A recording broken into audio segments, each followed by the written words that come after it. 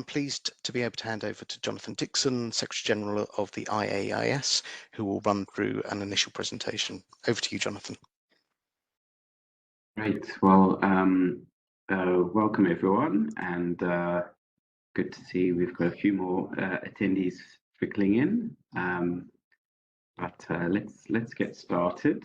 Nice to see some familiar faces or familiar names on the list of attendees. We have I think a good strong history of stakeholder engagement and consultation at the IAIS, but I was very glad that we were able to go through this process this year to take a fresh look and see if there's anything we could enhance. But let's just have a bit of a refresher and a recap. So as I said, really, I think the idea was to build off a solid existing foundation, recognizing that stakeholder engagement really is integral to what we do, and that we engage with a diverse range of stakeholders, and really want to make sure that we ensure equal access and avoid any perceived conflicts of interest or bias in that, and really set out to ensure that stakeholders are properly consulted in the development of our policy work. And secondly, that stakeholder engagement can bring valuable information to the design and implementation of these policy solutions and further inform decision making. So I hope you can see that we've taken steps to enforce that and further strengthen that. If we move on to the next slide. So one thing was around how do we define stakeholders? And really you will see we've defined it quite broadly. It really is all groups and individuals who have an interest in insurance supervision and who are affected by our activities. Next slide. And then we set out 4 principles of stakeholder engagement, which you will have seen in the policy. So diversity, equity, inclusion. So we aim to seek a diversity of input. Transparency, so operating in an open and transparent manner. Equal access and avoiding conflicts, which are sort of, I think, 2 sides of the same coin. So really that's what we've aimed to achieve in the policy, and hopefully you agree that we've taken good steps in that regard. On to the next slide. Expectations for stakeholder engagement. So really we're looking for 2 things. One is to help us to identify, assess and respond to evolving trends and risks in the insurance sector. And secondly, as I said, to inform the development of our supervisory and supporting material. And how we go about that and how we try to achieve transparency is through a range of tools. So digital communications has obviously become very important, including social media. By having a 5-year strategic plan, which sets out, if you like, the medium-term view of what we'll be focusing on, and then having an annual 2-year roadmap, which provides even more detail on that. And then, of course, our meetings, our virtual meetings, our in-person meetings are a very important communication mechanism as well. Next slide.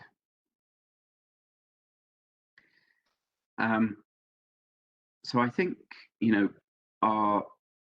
as we set out in the policy, our approach to stakeholder engagement really is aimed to be a combination of different formats to try and make the best use of the different formats to achieve different objectives.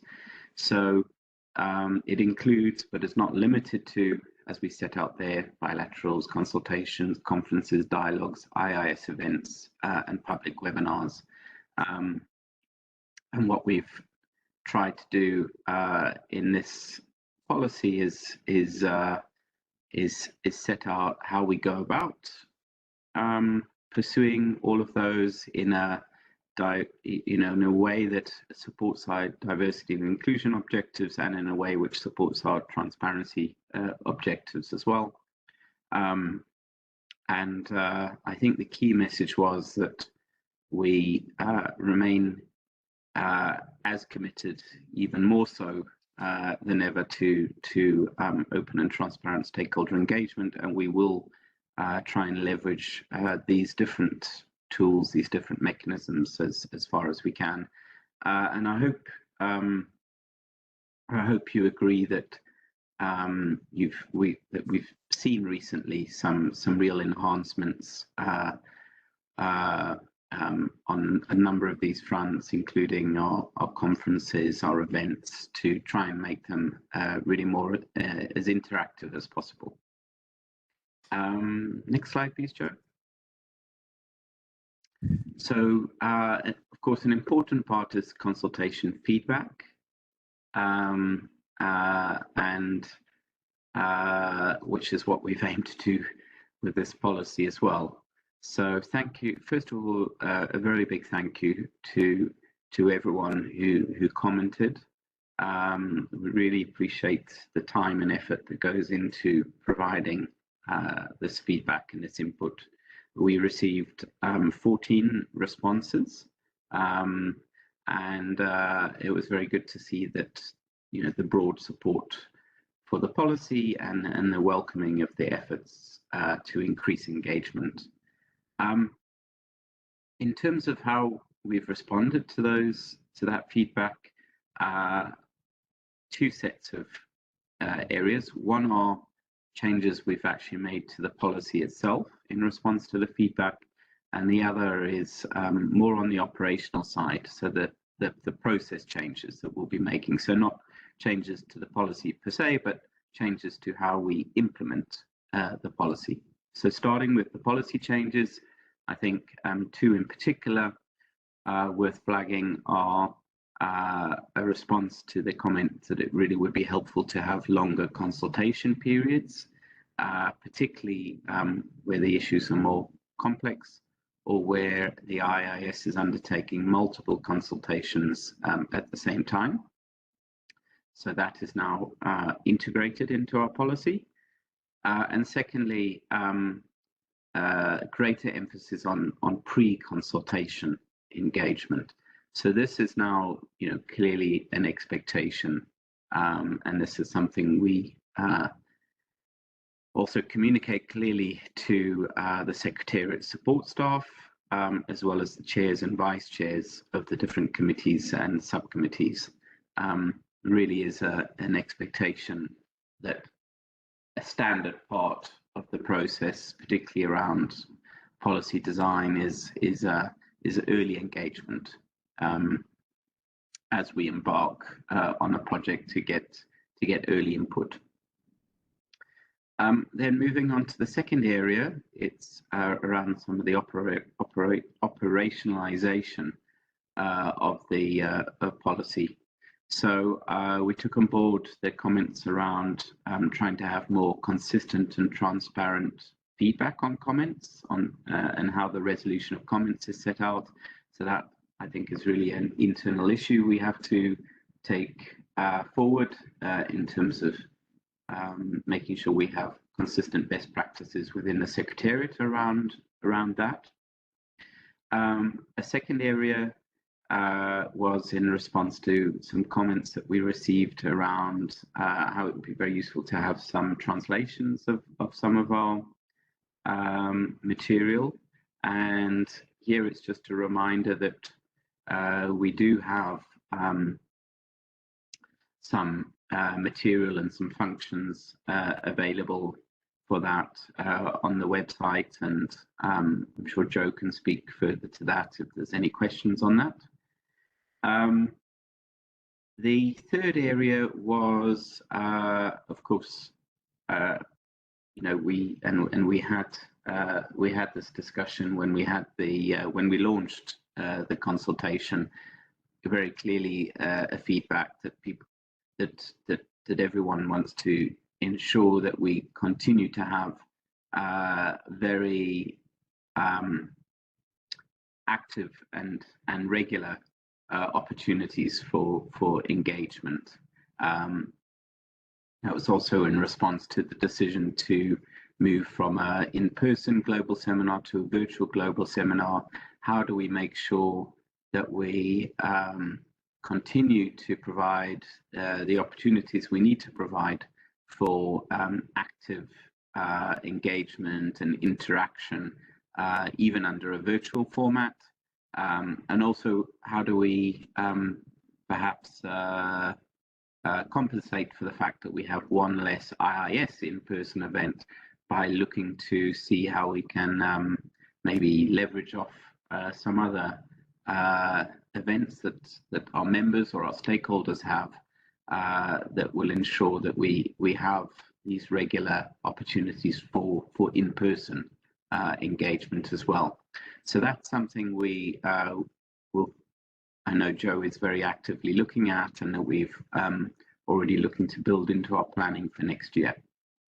And then the last point to mention was, I think there was a comment well made that when we talk about our transparency and our overall approach to engagement, we should look to make sure that the scope of the application of that policy doesn't only include the chair of the IAIS and the senior management team, but also any vice chairs of EXCO or any chairs or vice chairs of committees or subcommittees where they might be engaging in stakeholder engagement or representing on behalf of the IAIS and bringing that within the umbrella of our policy. So that is something we will also be implementing and activating from next year. Thanks, Joe. The other area that we tweaked in the policy was in response to some very specific feedback, was around how we define stakeholder in the policy, and you can see in red there are the particular additions. So we took on board the point that it's not only consumer users of insurance, but also business users. We included insurance intermediaries, obviously, as an important stakeholder.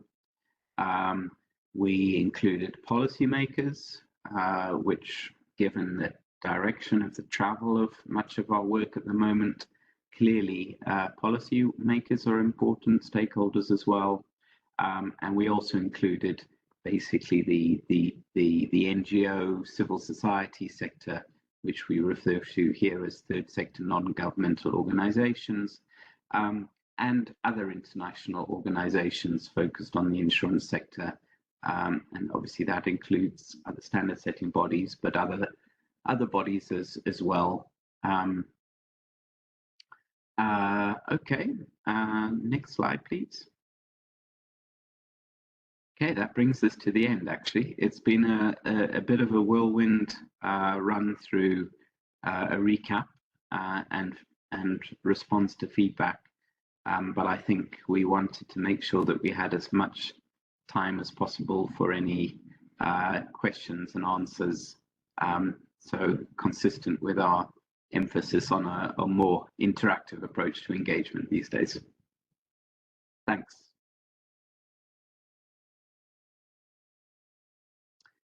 Okay, I'm going to moderate the Q&A, but Joe is going to help me in case I miss a hand or I miss a question.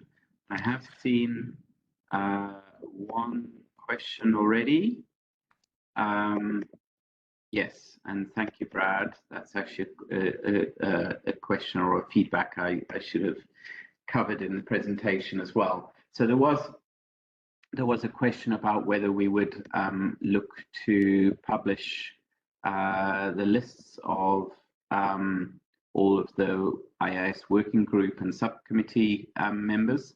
That is not the approach that we have chosen to follow.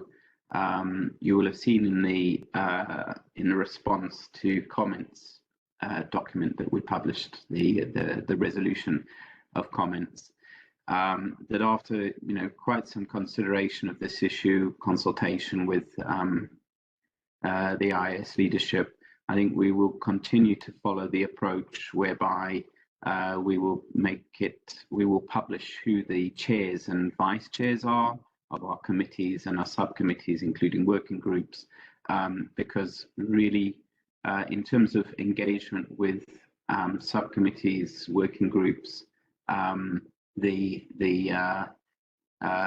preference is very much to channel that engagement through the chairs and vice chairs.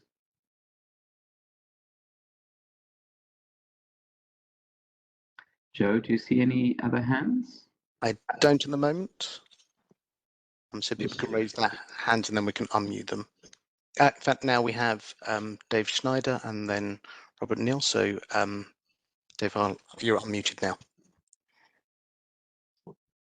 Thank you. I'll defer to my colleague, Robert Neal, and then may make a comment after that. So thank you very much. Thanks. So go ahead, Robert.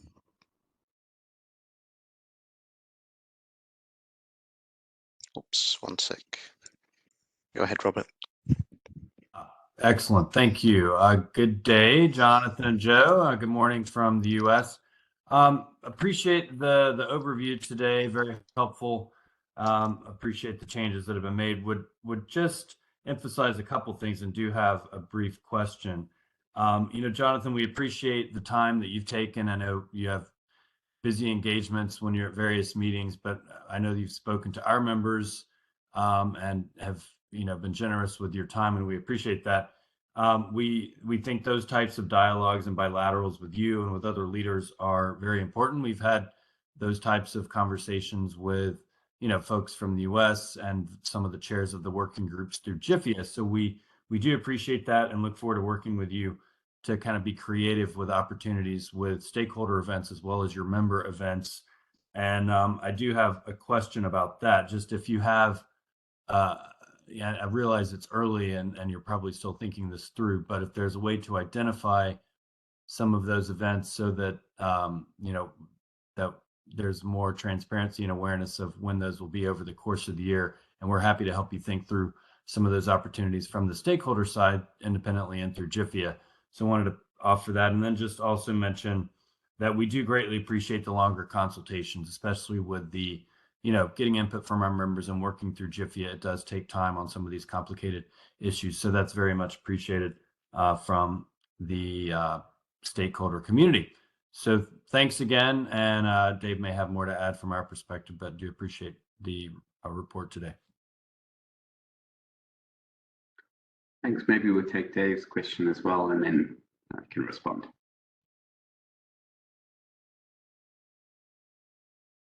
Bear with me 1 second. I will just unmute. Well, greetings, everyone. I especially want to thank you, Jonathan, for your leadership over these years and the transparency with which you've dealt with all stakeholders. You are a great example of what international leadership is. So I wanted to just make that point at this in a very public setting, because you have earned the hard way a great deal of credibility. So I want to thank you and Joe and others on the staff who work so hard on behalf of the public. I was particularly positive about the pre-consultation element here. I have found in the past over the years that when there are substantive roundtables, Q&A at an early stage with supervisors who are starting to work on an issue, it's been very positive for us to understand what is on the minds of supervisors.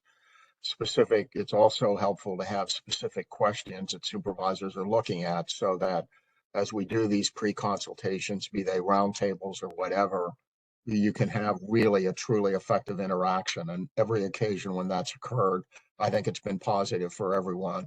So I wanted to emphasize that and just ask you, when you're talking about pre-consultation, are you talking about potentially things like roundtables and dialogue sessions with stakeholders?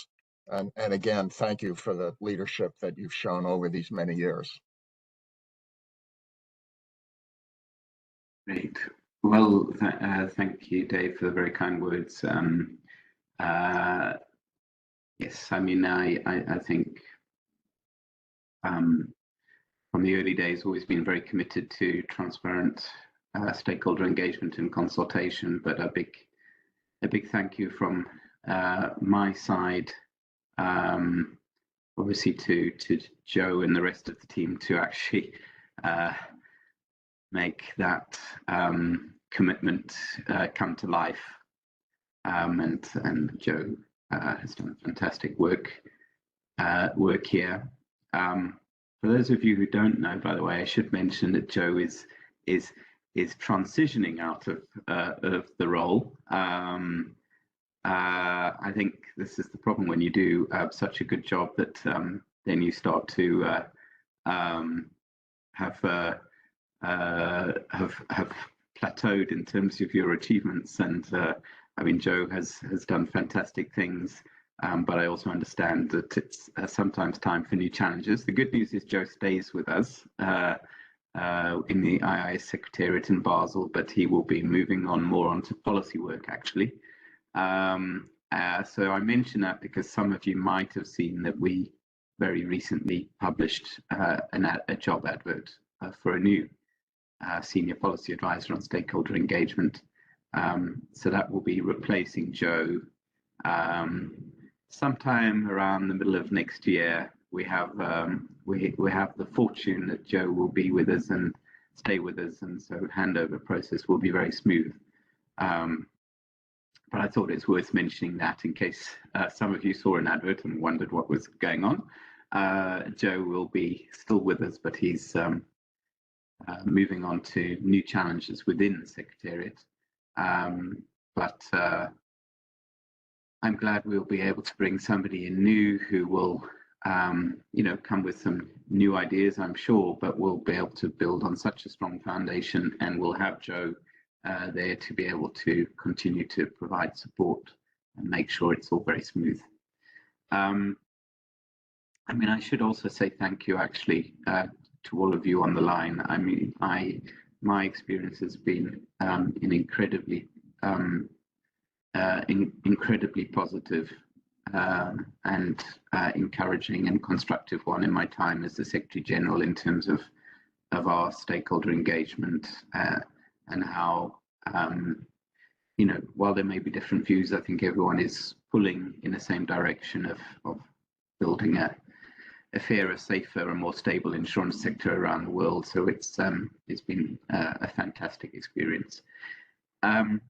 With that, let me turn to the specific questions, and I may have forgotten some along the way, so Joe can remind me. But let me work backwards. And Dave, to your point, to your question, yes, I think that's very much the idea, sort of roundtables, dialogues. I mean, I've always been a strong believer that it's important to have, this kind of engagement early on in the process, so you can, the working groups can talk about why are they doing the project, what are their objectives, and they can get early feedback, which can help them shape things and not go down, maybe some dead ends, or to make sure that they're having a look at the complete picture. So I think we've seen that more and more. I think it's maybe a fair comment that maybe it hasn't always been as consistent as possible. So I think Joe will be working with our team. I mean, really, for me, this is now the standard, and there would have to be a very, very, very good reason not to have that kind of early engagement, maybe there are particular considerations, but this would be very much, to my view, the standard going forward, and Joe will work with the team to make sure we embed that. Then moving on to the other questions, and thank you, by the way, for those joining from the US. I realize it's another early morning. And Robert, I think your question is also very much in line with the question we got in the chat from Marianne from Jafia. So thank you, first of all, for understanding the reasons why we've moved away from an in-person global seminar. I think this day and age, all of us have to make a commitment to sustainability and tackling climate change issues. So I think this was an important part of the IAIS's commitment. But that said, as we've outlined, the principle is we want to try and make sure we find other ways to achieve the same level of engagement and interaction. So we're actually currently thinking through our planning for 2024 and have some initial ideas on that. But you will see, for instance, we don't have an in-person meeting in February, March anymore of our committees. That's another thing that we're doing to move towards climate change. So so that presented a challenge for the Progress seminar, which the Geneva Association holds, because maybe there won't be as many international supervisors around in early March as usual when the Progress takes place in Zurich. So that's why we've worked with the Geneva Association. They're now going to hold their Progress seminar on the I believe it's the 16th and 17th of September in Washington, D.C. So it will be the 2 days before we hold our MPC meeting and our Exco retreat in Washington, D.C. next year. So that was one way we wanted to try and make sure we don't lose out on that in-person engagement, and we can encourage all of our members to be there for that. We continue to be in discussions with other partners. So, for instance, as many of you know, the NEIC holds its international forum in May, which is a very important international engagement on the in the US region. And so I think we'll continue to look at whether we can provide some opportunity for more IAIS engagement around that event. And we're talking to Ryan on that. Another example I can mention is, I think, given our shift in our strategic focus that we've talked about now, and increasingly looking at issues around how the insurance sector can help address societal challenges and so on, I think our work is becoming ever more relevant for global organizations, for policymakers. So, for instance, from next year, myself and Shigeru, the chair, will be attending both the IMF World Bank spring meetings and the fall meetings. And I know some of you also organize in-person insurance-related events around that. So that would be another opportunity for us to leverage off our attendance in DC to have those engagements. And then, of course, in Europe, there are events like Eurify, but we will look to build off others. IOPA International Conference, Insurance Europe, for instance, we spoke at last year. So I hope, I mean, some of this is still in thinking, in planning, but I hope that gives you a little bit of a flavor of the sorts of things we're thinking about when we talk about leveraging off other opportunities for in-person engagement. Thanks. Joe, let me know if I missed anything. There's also a question from Brenda as well. She says, I found the roundtables in Seattle and Tokyo very interesting. How do you plan to use the content generated in these roundtables? Yeah, actually, Joe, maybe you want to take this one. Yep. You're very much the architect, obviously strongly supported Of course. by me and the team, but maybe you can cover that one. Will do. And thank you for the feedback, Brenda. We found that generally we got really good feedback on the roundtables. And the purpose of the roundtables is very much to feed into our work. We're not doing them purely for having a roundtable. We choose the subjects so that they're kind of relevant at the time. So for instance, you'll know there was the one on financial inclusion, or with the review of our financial inclusion application paper, that was early input to the discussion. Equally, there was the one that we co-hosted with the International Actuarial Association, which will be a useful feedback into our work on risk-based solvency frameworks. So every time we do these roundtables, we very much want to think, is this a good time to be having this engagement to ensure that we're getting the right feedback? I'd also like to thank Brenda and the other consumer groups that are on the line as well, because we've had a really good engagement with them over the last year, which we definitely hope to continue next year. And some of that's also responding to the fact that many of the consumer groups are unable to come to our annual conferences. They may not have resources in terms of both financially and also time-wise. So it's really useful being able to have the engagement that we're having with them throughout the course of the year. So many thanks for that. So Jonathan, no other questions currently. Just a reminder that people can raise their hand or drop any questions in the chat or the Q&A tool. Nothing as yet. Checking to see if I see anything.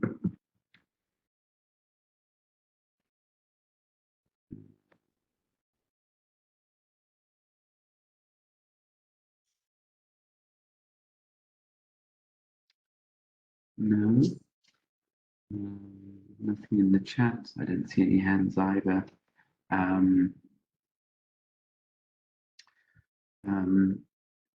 Joe, thank you. For those who've missed it in the chat, Joe's helpfully shared some links. So we have the slides from today's session, link to the policy itself.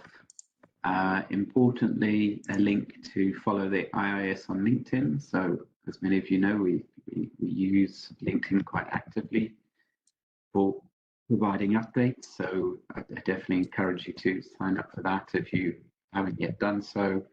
Also, email alerts. You can sign up for both to make sure you cover all bases.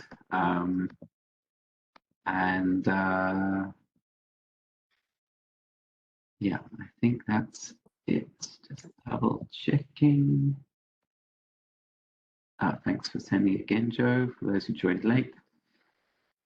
Okay, here we have a question. Also from Marianne from Jafia.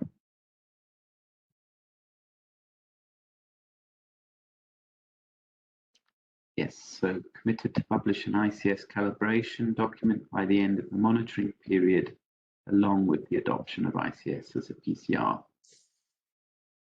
Can you please confirm that it will be published on the IAIS website under the dedicated ICS page?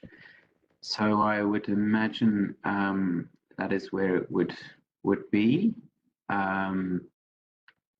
We'd publish it together with the final ICS, and I think there's also the idea that we look to have some kind of engagement session around that once it's published as well. So more details will come on that as we firm them up.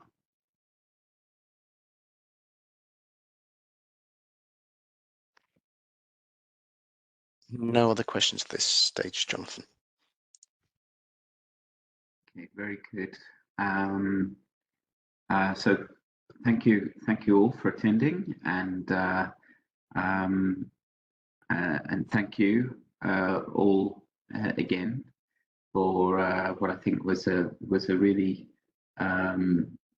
important, but also very constructive and very helpful process for us to just have a bit of a refresh of our stakeholder engagement and consultation policy, and sort of put it all in one place and have it better structured and hopefully a little clearer around some of the objectives and principles, and gives us an even better foundation to carry on. And as Joe knows, this really is a path of continuous improvement that we aim to be on. So we'll keep going with the conversations and really appreciate the feedback. Also the feedback on our events, which I'm also really happy about the direction with those as well. So I think we're on a good footing, and we'll go from strength to strength. And thanks very much, everyone. Thanks. Goodbye.